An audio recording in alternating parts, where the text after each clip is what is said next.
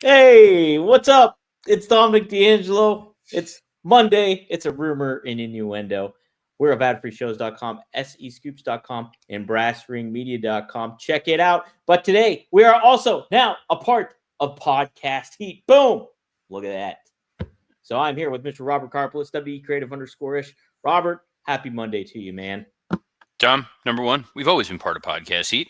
True. So, already great. Number two, I love the fact that our debut on Podcast Heat streaming sites, you don't get the video up in time. So, way to start us with a damn it, Dom. Love it. But where everywhere else you usually find us all over the internets. Let's say hi to those folks joining us here in the chat. Devin Dowling throwing out an Ayo. Ayo. E with a types of whole paragraph beyond just was up. Halloween Havoc was cool. Saturday night's main event will be all right because nothing will compare to this Saturday as Marcus D'Angelo, the king of the Indies, retains high-stakes championship at IWC winner-take-all. That's correct. He's going up against a newcomer in James Wong, 001. And Ted DiBiase will be in Marcus's corner that evening as well. So Really? should be a fun weekend. November That's 1st. When is that? That is November 1st. You can catch it on Triller TV, or if you're in the Pittsburgh area, go to Mark's Court Time. Tickets will be available, I believe, on the IWC website. So type in International Wrestling Cartel, check it out. I'll be on commentary, as always. Well, November 2nd, that is, will be the Boca Raton Championship Wrestling November Knockdown show. Oh. If you're anywhere in the South Florida area, definitely want to go get tickets for that. If not, it'll be streaming live on the YouTube. On the YouTube, just like we are now on the Podcast Heat YouTube channel. So if you're new to the show, welcome. Thanks for joining us. But if you're Johnny Disco says, happy R&I Monday. We're saying hi to the other folks. Wrestling Old Head says, happy Monday, R&I. I sat all weekend with Robert's Friday hot take on Darby Allin being a villain, and now I want to see heel Darby tear it up. You've won me over. Ooh. If you're here, yes. Let's get rolling. Let's get rolling indeed. Robert, we had a tepid wrestling weekend for all things considered. With pay-per-view after pay-per-view, it seems like we've had. Way to sell it, Tom. Way to just sell it. Calm down. You got the dog upset. Are you happy? Wow. Now I got Marty barking at me. Marty's going nuts. You go tend to him while you talk. Dogs and cats living together, mass hysteria. I would not let a cat live in this house. I got Razor over here, though. He's going to cause some hijinks, I think, here at some point. He's been lurking around. But either way, we did have a SmackDown take place on Friday night, per usual. And different. Dude, I thought SmackDown was a hell of a show. Okay, yeah. Elaborate, Robert. I thought it was a really fun show as well. I thought they did some fun stuff going on with this, particularly too the Dragunov. Had to go grab the old co-host here. There you go, Marty. Hey, Marty. Wrestling Old Head says the truth about cats and dogs. Man, you want to watch a terrible movie. I mean, truly spectacularly awful. You watch The Truth About Cats and Dogs. There's a story I would tell about that movie, but I don't think it's necessarily appropriate for rumor and innuendo world. But save it for working stiff. I'll vaguely thread this needle with the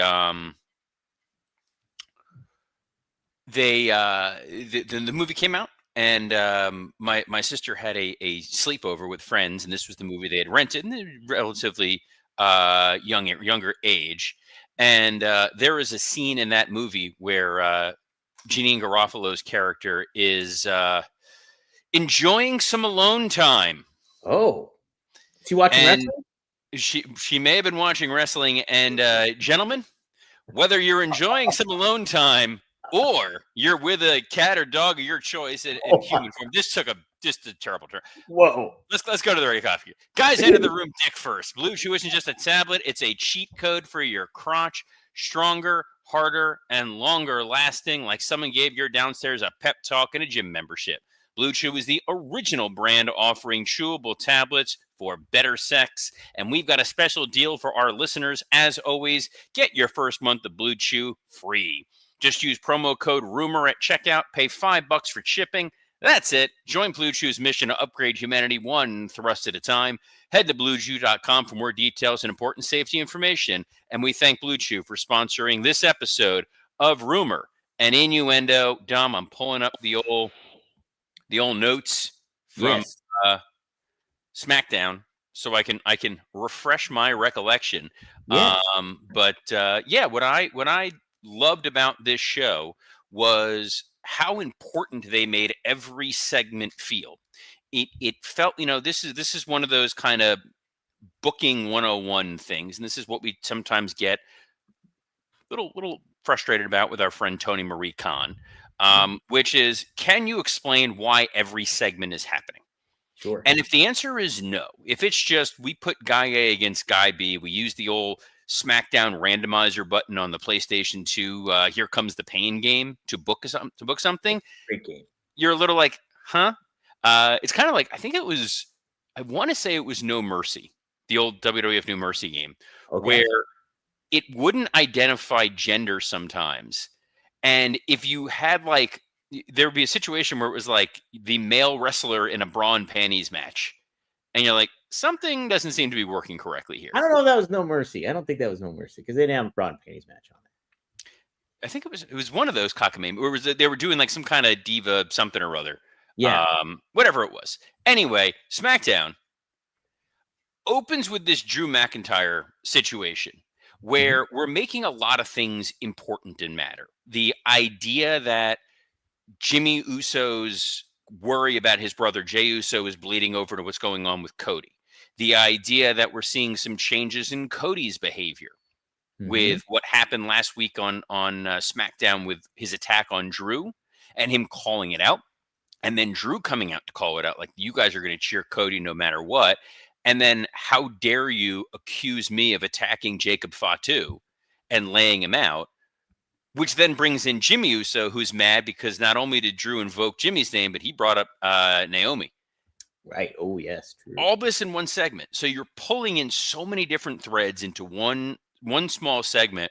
I love it because you're going, well, the natural decision here feels like, yeah, this is Drew who led this attack.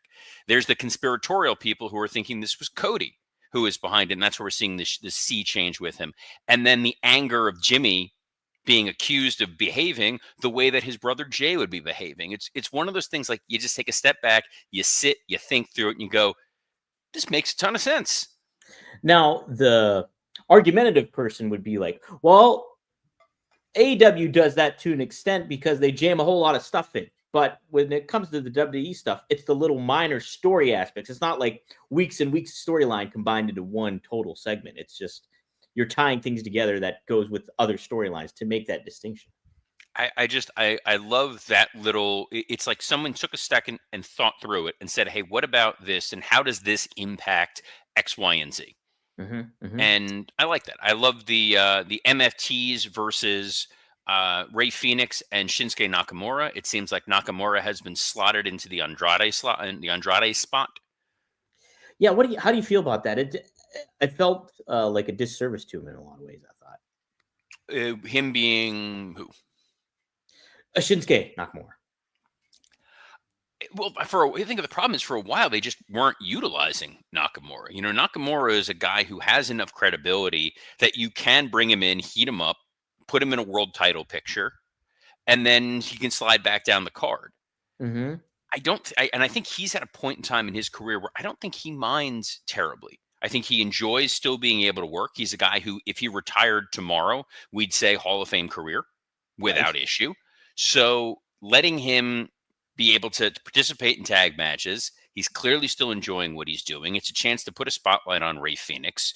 The two of them had some fun moments in there together. You elevated the MFTs, who looked like a menacing threat again, which is important. Even Tala Tonga, which is still the dumbest name possibly in wrestling, because he's taller than most. So he's the taller Tonga. Let's call him Tala. So there you go. Elsewhere on that SmackDown, we got not only the Jade Cargill heel turn, but perhaps the coolest scar in wrestling. Yeah, right? Yeah, I mean, the Jade, man, anytime she comes out there, she just feels like such a presence. Like, she's got such a great look, obviously. And I think, she's going to really find a groove into this heel role. Like, as we saw in AEW, she was great as a heel. So I'm excited to see what she's like here in WWE in that form. This is definitely the highest and best use of her, just because she is a heel. Mm-hmm. There is something about her where she can portray that sort of that arrogance, that I'm better than you mentality. Mm-hmm. Absolutely fantastic. Um, I think that her as a baby face, it didn't feel authentic. It didn't feel natural. And I think that when you have that disconnect, when you have that feeling of this person is playing a character versus being who they truly are, the audience is always going to feel like they're a bit at arm's length. Right. Right. Mm-hmm. For sure. We got Ilya Dragunov versus Aleister Black, the debut of the Aleister Zelina entrance, which in no way, shape, or form made anybody think of the Karrion Cross entrance. Not whatsoever. Robert, my thought immediately went to, okay, so this is why they kind of parted ways with Cross. They already had something in place here with Black and I Zelina. don't know that that's necessary. I don't know they necessarily are like these people are gonna drink their milkshake or whatever, but it is giving you a little bit of confidence that they made the right decision to partner Zelina Vega with Aleister Black. Mm-hmm. She was kind of lost in the shuffle for a while. She was part of the LWO, Right. where her character just became Puerto Rico, which That's it. also was admittedly Damian Priest's character for a little while. When he moved away from the Judgment Day, it was just Puerto Rico, the person. The person. And now we're leaning more into her being somewhat spooky, and Damian Priest now leaning back into that Punishment Martinez character. They keep talking about Punishment quite a bit. Yes. Yes, they did. And the Dragunov as the vehicle to move other storylines forward. This is why you create an open challenge. You Mm-hmm. use an open challenge to further another storyline that your guy may not be a part of, but you're going to get a hell of a match out of Ilya Dragunov, and you're going to advance another story. Right. Right. No, it's good. Definitely a good vehicle. Dragunov, I'm kind of curious how they're going to hone his persona in what form or fashion they're going to position him, because it seems like he's like erratic, but he's also like, I don't know, like this fighter that's going to like MDK you pretty much. I don't know. I don't know where they're going to settle on him exactly, but I think they're going to find the right lane for him. I think the development for Dragunov right now is literally he will fight anyone, and Mm-hmm. whenever you get an Ilya Dragunov match, you're going to want to watch that Ilya Dragunov match. Sure. Yeah. Yeah. So being that guy is really, really useful. It's kind of what they were doing a little bit with Jacob Fatu before Fatu got sidelined by that injury. Right. Of he doesn't need a storyline; he's just a dude you want to watch. Yeah. And Dragunov is a guy where you put him in there with anybody. Put him in there with anybody on the SmackDown roster. Bring somebody over from Raw. Bring someone over from NXT. You're going to get a hell of a match with him. Were you surprised they started off with Black like as his first opponent? No, that's 100% who I thought it was going to be. I thought it was a chance to do a hell of a match, because you had, that's the other thing, you had a hell of a match last week with Sami Zayn and Ilya Dragunov. For sure. So you need to continue to perpetuate this notion that the United States title open challenges are going to lead to, I hate saying the word bangers, but bangers, just fantastic matches. And it's a great cheat code to just do, hey, what's the best match we can put out here this week? I know it's Dragunov versus so-and-so. It's the idea that it's Dragunov versus Aleister Black. You get to remind people, again, Aleister Black has great matches on TV. We're reestablishing Aleister Black as this sinister threat. And then we're furthering the feud with him and Damian Priest. Right. And that's check, check, check. Right. Did they check off the main event for you here, Robert, when it was Drew McIntyre taking on Jimmy Uso? Jimmy gets the loss here, and Drew gets the win. What'd you think of this match here, Robert? Great hardcore match. So it was a way to get Drew McIntyre a win. And they elevated Jimmy Uso enough during this show where it felt like, yeah, Jimmy Uso in the main event here made sense. Sure. He's a dude who's been accused of doing something he didn't do. We see him featured prominently on the Raw feud with Jey Uso and everything going on with the world title. You've invoked his wife. You're bringing up the Jacob Fatu stuff. You're bringing in the Cody Drew main event scene right now. And then having it be a no DQ match means these guys can just go all out. And there was a point where they showed how cut up Drew's back was while he was rolling. And you went like, damn, this is a really intense, hard-hitting match with Jimmy Uso in the main event. Right. That's great. And that's how you want to feel. You want to feel like, yeah, this guy absolutely belongs in this spot. For sure. Does it hurt him taking the loss at all, you think? No, because there's no DQ. And he lost to the number one contender, who's a guy who needed to literally do everything up to and including utilizing a chair to take out a chair and a table to beat Jimmy Uso. Yeah. So Jimmy felt like, Big Jim. Big Jim. Hey, we had some big vignettes going on over the weekend too. I don't know if you caught any wind of these, but lots of footsteps going on, Robert. People are speculating who this could be or who they could be because there's 4 vignettes of different shoes walking. I have my hunch of what it is, but what do you think? I've only seen one vignette. I'm sorry. Apparently, I've missed the other 3. The first one I saw was really nice dress shoes, so I thought maybe it's Gunther. Okay. But I have not seen the others. Enlighten me, Dom.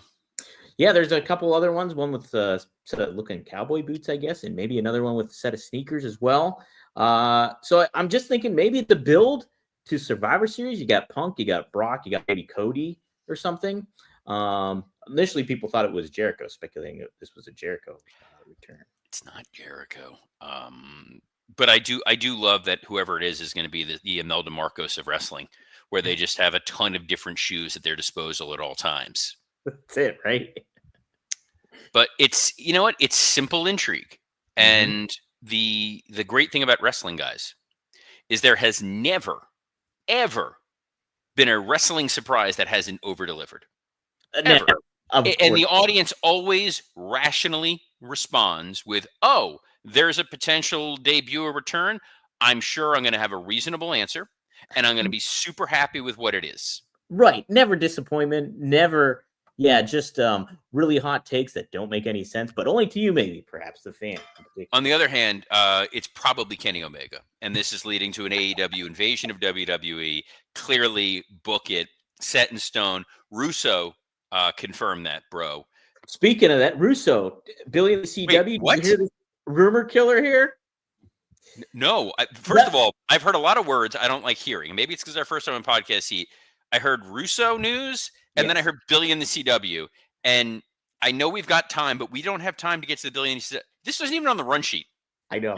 You're literally. You invoked his name. Wait, I get to do the Tony Schiavone thing of this wasn't on my programming sheet, which is what he used to say whenever it was a Russo swerve. That's right. Well, the speculation was that reports were that Russo signed. It became a writer with NWA.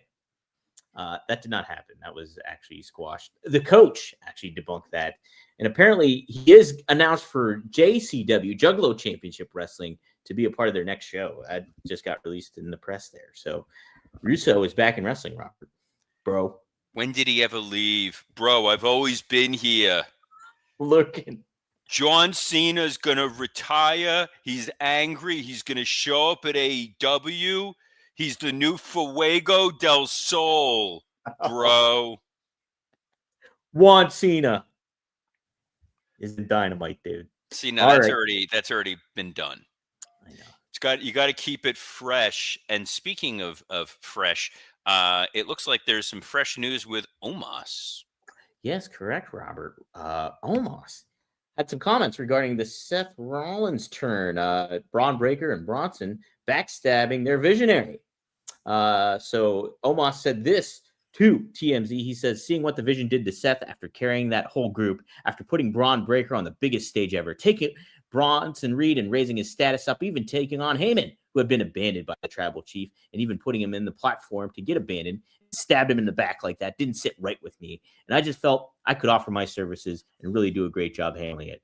Omos also added, not saying being a heater, but I have what I call the OPA, the Omos Protection Agency, and my services are available to everybody, not just Becky Lynch. But if she needs my services, like I said, just hit up my line and I'll be there fair and square. We'll talk business and I'll handle the work for you. Simple and clean. Robert, I put this on here because he's speaking to TMZ. It's got a big platform, obviously. And I think this would be a match made in heaven if you paired Omos up with Seth and Becky. Except then he'd have to be a babyface. I think you could do it. I think you could do it. I don't. I think Omos is working. He's been working very hard to improve his abilities, and he was part of that AAA show that got a lot of acclaim a few months ago. The show where people all of a sudden really realized how great Mr. Iguana is. Mhm. He's a guy who should be in a heater role in some capacity. Right. He just looks so menacing, and to have him just standing behind people, it fits. I'm shocked they didn't entertain the idea of partnering him. You can't put him on SmackDown because you have Tonga Tonga there. You got to put him on Raw. Fair So on point. Raw, you'd either put him with Judgment Day or New Day. Okay. Either one of those iterations are interesting. The idea Mhm. that maybe Dom went ahead and procured Omos, that he feels he needs some sort of protection, That'd be cool. or the New Day bringing Omos in as you can't call him Big O because there's already that guy, that the Cardona's buddy, Right, right. and that would have been a great Blue Chew segue. That would be great. But yeah, I could see Omos being there with Grayson Waller and the New Day. But I don't know, Robert. You put it in my head that he could be, like the baby face aspect. I really think he could be a fun baby face to have. he's not a fun baby face though, because there's no drama. It's the problem when you have a big guy. When you have a really tall guy, it's why babyface Big Show didn't work. When the Sure. guy is that big, you assume that he's always going to win. I know you don't understand this as a very tall man yourself. Yes, a giant Since myself. you're like 6'5", so you would see other 6'5" men as baby faces. Correct. Yeah, it's hard for me to As my dog sees the pool guy outside, now he's all fired up. It's all right, Yes, but yeah. he's got heat. There's some heel heat going on there. But you make him a baby face, he has to be goofy. That's generally the rule. Right. And I don't think you want to make Omos goofy. And if he's a killer and he's 7 feet tall, where's the drama? Sure. Sure. You're All like, right. of course the big giant guy is going to win. Yeah. Yeah. But we'll see Raw tonight. Anything else teed up for Raw tonight, Dom? As if I'm pulling to the next thing on the agenda. Well, while heavens making to it look- Betsy, Robert. We got. I tell you what, lean closer into the camera. Could you look like that scene in Ace Ventura when he's in the bottom of the aquarium and he's looking for the stone? Yeah. Which, by the way, always bugged me that there was no live dolphin as a Miami Dolphins mascot. That's true, right? There And was. there was no aquarium. Like, it was such a strange decision. But I did love, they shot it at Joe Robbie Stadium, which is always fun. And it features the advertisement for our local ABC affiliate at the time, Channel 10, which is also the ABC affiliate that's featured in The Shining when they're showing the report of the Miami. What a crossover that would be, Ace Ventura and The Shining. That's the closest you're getting to something Halloween related for me this week. I did watch Weapons, by the way. Finally watched Weapons. What'd you think? It was good. Could have built to a better heel. Okay. I heard mixed things. I heard very positive things at first, and then yeah, I mean, I enjoyed it. I liked it a lot better than that House of Dynamite show on Netflix that I watched last night. House of the AEW Dynamite? Not House of AEW Dynamite, but very similar in Okay. the super repetitive, boy, they don't really have a way out of this. Oh man. Okay. Man, you know how to sell that too, Robert. Dom, Raw tonight. What do we got? This is mainly just me making sure that Raw starts at 8 tonight, because I've messed this up a couple times. Correct, it does. According to Fightful, it starts at 8 p.m. Eastern Standard Time at the Honda Center of Anaheim, California. So we have Most CM Punk. pertinent information. I wanted you to know. Bro, who's the spokesman for Honda? John Cena. It's a conspiracy. Hey, is it a conspiracy that we got CM Punk and Jey Uso going face to face tonight? I'm excited kind of for that, Robert. See how they handle this. Yeah, I think it'll be a good opportunity for them to tell the story that they need to for Saturday night's main event, which is this is a thrown together match that isn't a thrown together match. It's Jey Uso looking to regain the world title that he lost because he didn't have the killer instinct and wasn't being selfish and wasn't being Roman enough. CM Punk, obviously feels he got shortchanged by being cheated out of the title when Seth cashed in on him, and he hasn't gotten a fair shake and an opportunity to be a world champion. Right. Yeah, I'm interested to see how the dynamic goes. How much heelishness are we going to get from Jey Uso? And yeah, just Punk's always great on the mic, so I'm looking forward to that. Also on tap is Roxanne Perez taking on Nikki Bella, who made a surprise return yesterday or last week as well. She aligned with Stephanie McCourt, by the way. Which I kind of think. Can you fast forward through live TV? No, you can't. So I'm gonna have to watch this match. Yes. Mm-hmm. Is this a heel turn for Nikki Bella coming up? It just feels like a heel turn. It's a heel turn for Hunter for putting Nikki Bella on TV. All right, so that's on tap, Robert. We also have the WWE Women's Tag Team Championship. It's Alexa Bliss and Charlotte Flair making an appearance here on Raw, going up against Bayley and Lyra Valkyria. I'm sure Bayley and Lyra Valkyria are going to get along just fine. There'll be no shenanigans, no chicanery. Happy, joy time. I did love that little segment with Alexa and Charlotte on SmackDown with Nia, where Nia was pointing out, like, hey, Alexa's turned on me. She's probably going to turn on you. If not, you turn on a whole bunch of people. So it's great you guys are getting along right now, but seeds of dissension. But the seeds of dissension are really going to spring up on that Bayley Lyra Valkyria situation. Yes, very true, Robert. Yes, true. If they could get the rights to that Nelly Furtado "I'm Like a Bird" song when Lyra comes out, just fantastic. Man, that's what a song that is. Holy crap, I forgot about that. We have a number one contendership match, Robert. It is Penta taking on Rusev. Wouldn't mind this ending in a triple threat. Okay. I think you could do this where neither one of these guys wins. Double DQ, double count out, double whatever.